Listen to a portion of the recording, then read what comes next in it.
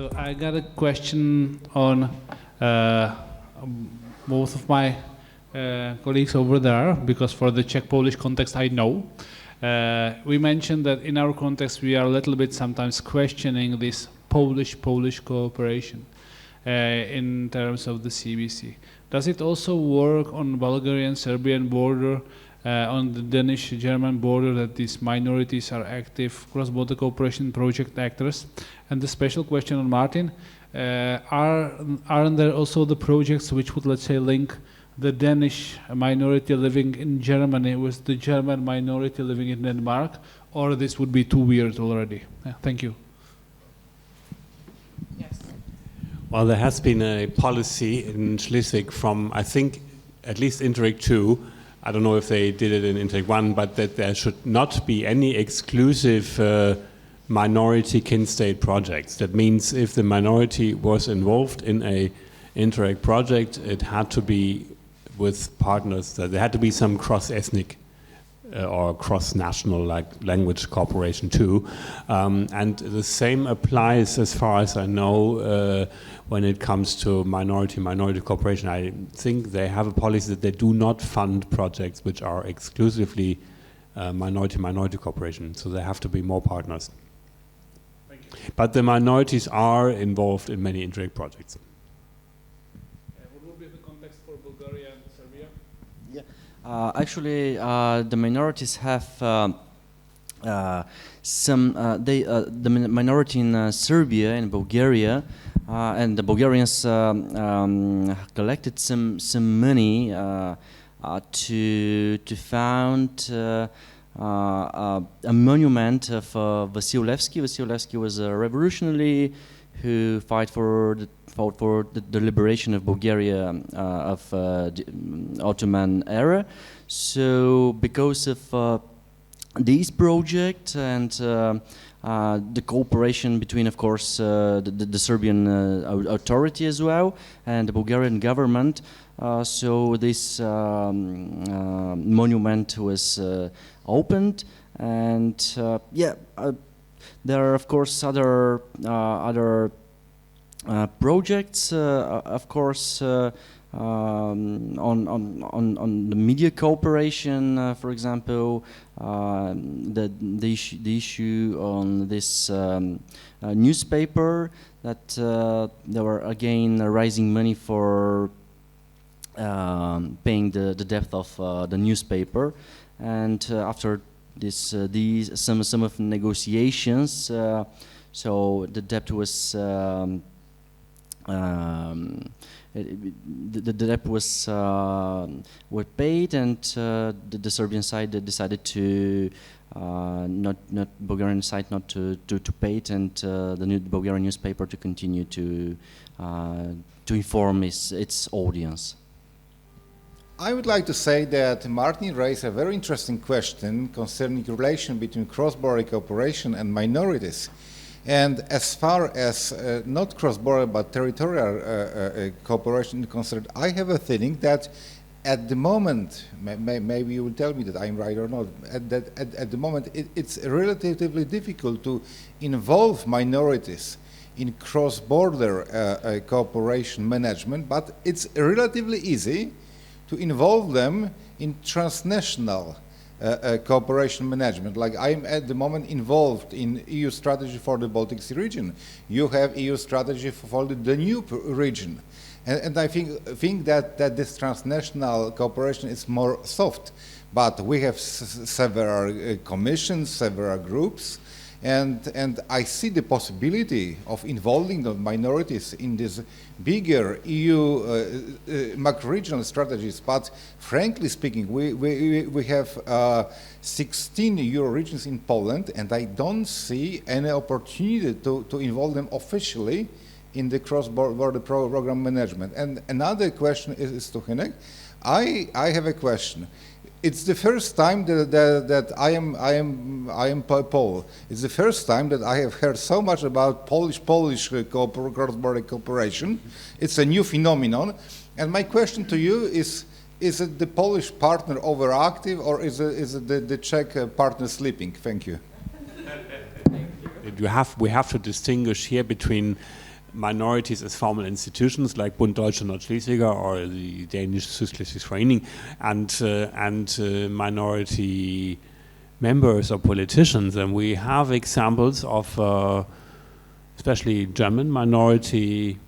prominent German minority figures, like persons who have been very active in some of these cross-border, also managing cross-border projects. And that is both in the field of culture and in the field of economic cooperation. As institutions, of course, they are more in this cultural, but they have been involved. There has been a media project where the two minority newspapers were involved together with the regional majority language newspapers, which still is one of the few examples of an ongoing cooperation. They still share their resources, like copying or taking each other's articles and using each other for local issues. Perhaps that does explain that we still actually do have a kind of a model situation in Schleswig, that there is an acceptance of minority, that the minorities contribute and are not really seen as a threat anymore.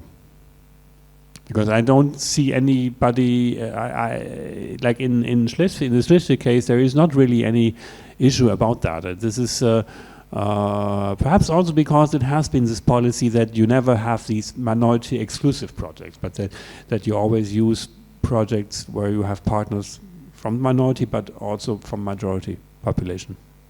Tomasz, this was an excellent question actually, and quite afraid the complete answer would make the coffee break impossible. So I'll try to make it short. First thing is, I've got the impression that the Poles generally, including the Poles who are living in diaspora, are more active and more open to the world than the Czechs. I know it's a brutal, rough simplification, but I've got the feeling that the Poles are much more interested in developing relationships with the outside world in comparison to the Czechs. So this can be partially the answer. When I made the analysis, when I compared the intensities of the cross-border cooperations alongside the whole Czech-Polish border, which is almost 800 kilometers long, so it can really be, from the functional point of view, divided into two parts. One is an extremely short one, covering our Euro-region, where the Polish-speaking population on the both sides of the border live, and the other is the rest, another 700 kilometers long. And there are the intensity of the projects in our Euro-region is the highest ones, and we were the ones who managed to fundraise the biggest amount of the money, probably thanks to this language closeness and, let's say, not such a major mental barrier, which is also co-caused by the presence of the minority. In the rest of the Czech-Polish border, they are living the people who are the newcomers, because these were the territories where the German speakers lived before the Second World War, the end of the Second World War, and the populations inhabiting there now are the newcomers. They have common projects, however, they are not so to say deep, and they are not so complex.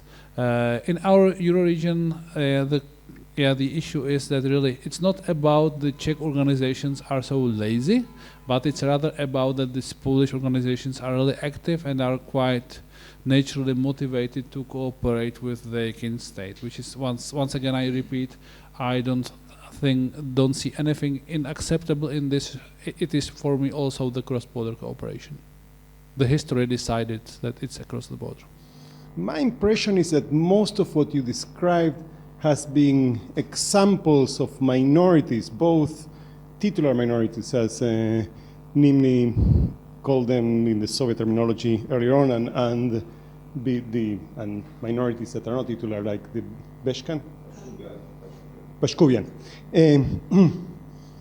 But it's mostly activity in what we can call the civil society, meaning minorities organizing themselves and organizing their schools, their newspapers, etc. And my question is, to what extent if there are examples in these cases, for example, in the case of the Bulgarians in Serbia, that are constitutionally recognized with elected institutions. For example, you mentioned the Kongres Polaków Rzeczpospolitej Czechia. Yeah, I'm trying to say Polish because I don't practice Polish usually, so I'm trying to try it.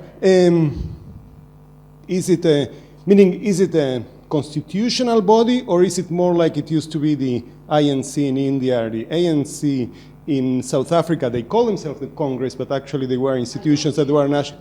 It's NGO. Non-government organizations.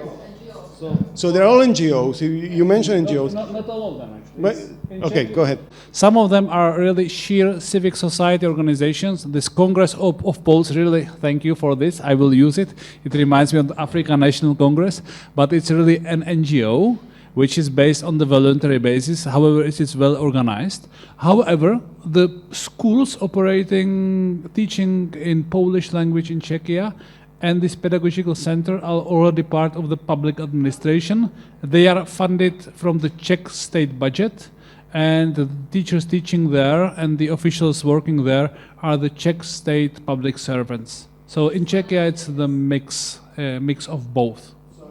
The model would be that they have an autonomous body where they can decide the curriculum either by themselves or in collaboration with the ministry, or it is like Palestinian citizens of Israel who have separate schools, but they don't really decide the curriculum because the curriculum is imposed to them from the ministry. Yeah. So concerning the curriculum, happily we come from the pedagogical faculty from Belgrade, so we can answer.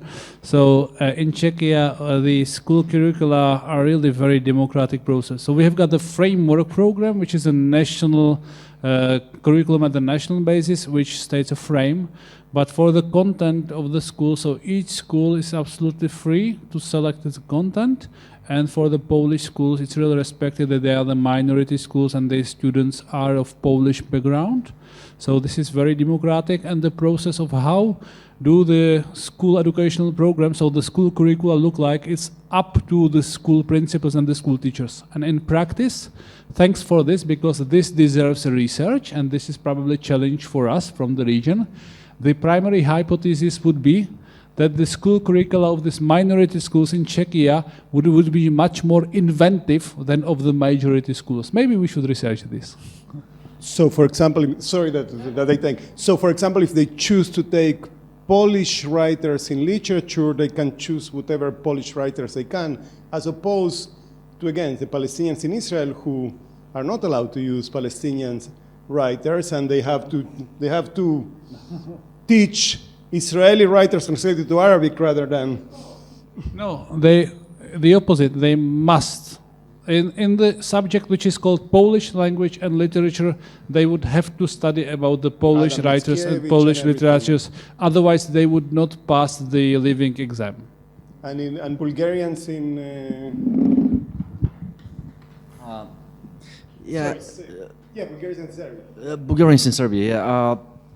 So actually, the schools are financed and under the Serbian government.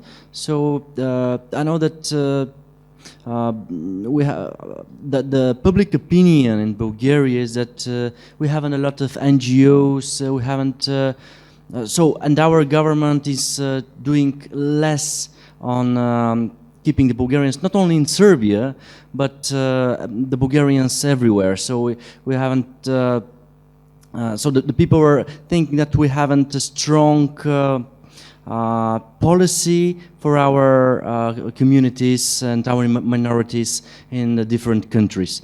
So it's not the same, because a lot of work has been done in recent years, and a lot of rights are now.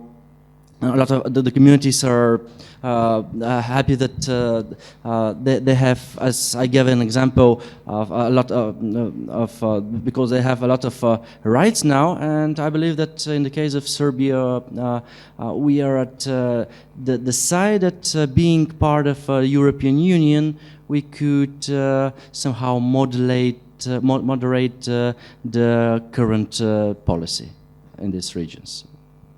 Somehow in this session we need to link CBC with NTA. This is primarily our goal. And we found out that the minority groups in one way or another are involved in CBC.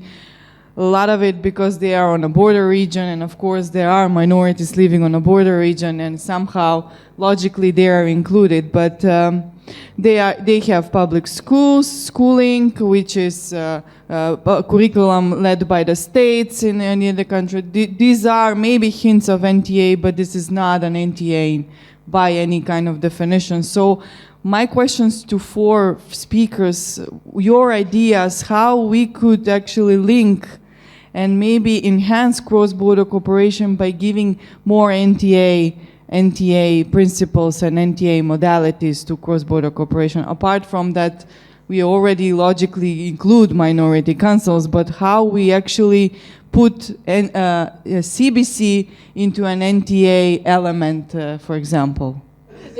Polish Czech or Polish case, it would be very, very sensitive because of maybe some political reasons, yes. I think that because we are in really good relation with Czech side, and the condition of our minority, Polish minority in Czech Republic is quite good. I mean this fund, and I mean some organizational standards of cooperation. So in our case, Hynek, how do you think? But in my opinion, it's not necessary to change anything in these relations, just to clear the situation regarding this cross-border cooperation. Because we have different experience with this, yes. Hynek, you are right. They should allow them to submit the application, but at the same time, you know that when I start the development, the new application form, I have to go there. I have to discuss my idea, yes, my project, the scope, the goals, and they should informal way. This is informal way. They should accept this, yes. And this is the state where the discussion is starting regarding this application, regarding the partners. And this is the stage when sometimes the cooperation with Polish minority has been stopped, yes, on this stage exactly. So this is very specific situation, I mean, our borderland, and I think it's in good, yes, relation except of this one. Thank you. I think there is a dilemma here. NTA is supporting the minorities. It's supporting, and it is probably too easy to say it's supporting the minority. It is supporting an elite in the minorities because it secures their positions. And what we can see in Schleswig is that in this model solution is that we have this core minority functionaries or Funktionär, as we say in Danish, like we have these people that work there. There is an issue at the moment about the teachers' salaries where, I mean, they have to save money, and now somebody has found out that they, I mean, it has always been known that the net salaries of Danish teachers in South Schleswig are higher than the net salaries of Danish teachers in Denmark. And now they have also found out that they even work less. That they teach fewer hours than a comparable teacher in Denmark says, and now the Danish state, who covers most of the budget, says, well, this has to stop. So they have to go into these negotiations. I mean, I had a story with, it was funny actually, with totally out of the subject, but a friend of us who became a Danish elementary school teacher in her second life after she divorced from her husband and their business broke down. And then after she was employed for a year, we met her, and she told me her salary, which was about 500 euros higher net than my salary as an associate professor at the university in Denmark. So there is something wrong there. We have a privileged class. And these people, of course, are very happy about this NTA arrangements they have, which are very independent from interference, both from Denmark and from the Schleswig-Holstein government. But that requires that the minority somehow stays for itself. So they have no, of course they have, there is this rhetoric, we want development and we want cooperation, and of course they do cooperate, but there is not any agenda within the minority. There is no self-interest within the minority institutions to actively engage in cross-border cooperation. Why should they? There is no interest for them to dissolve this idea of, well, are we minority? I mean, minority being Danes in Germany, or are we borderlanders? Are we cross-borderlanders? Are we transnational borderlanders? And I don't know if it's possible to transfer these thoughts, but when we think about institutionalization theories and elite groups, and also look into the history of nationalization, how elite groups actually captured this idea of the nation and also used that to secure their own power and positions, this might contravene with interests of European integration, which is basically an economic project: open markets, free accession, free competition. Thank you. Do you want to add something? Yeah, I should add that in our case, maybe the decision is to more open the borders for investments, Bulgarian investments and Serbian investments in Bulgaria. So the local, the minorities to gain of this situation. And so I believe that today is still the borders are not so open between the two countries, and of course the centralization of the process of decentralization is needed. Do you want to add something? No. Okay. I think we need coffee. So thank you very much. Thank you.